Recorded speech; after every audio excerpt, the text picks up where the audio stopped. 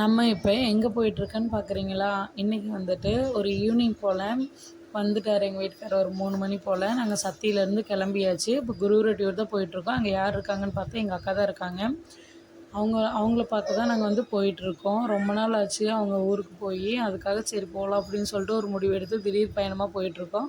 Government பஸ்ஸில் போகிறதே ஒரு தனி சுகந்தாங்க.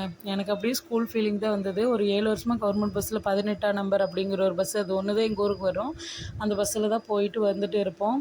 அதில் பாட்டெல்லாம் சூப்பராக போடுவாங்க. அதே மாதிரி இதுலேயும் போட்டாங்க. நல்லா என்ஜாய் பண்ணிட்டு வந்தோம். வந்ததோடனே எங்கள் அக்கா புள்ள வந்துட்டு சாப்பாடெல்லாம் போட்டு எப்படி கொண்டு வந்து கையில் கொடுத்துட்டாங்க. கண்டிப்பாக வீட்டுக்கு ஒரு ஒரு பொட்ட புள்ள வேணுங்க இந்த மாதிரி இருக்கிறதுக்கு. இவளுக்கு இப்போயும் இவ்வளோ மெச்சூரிட்டி.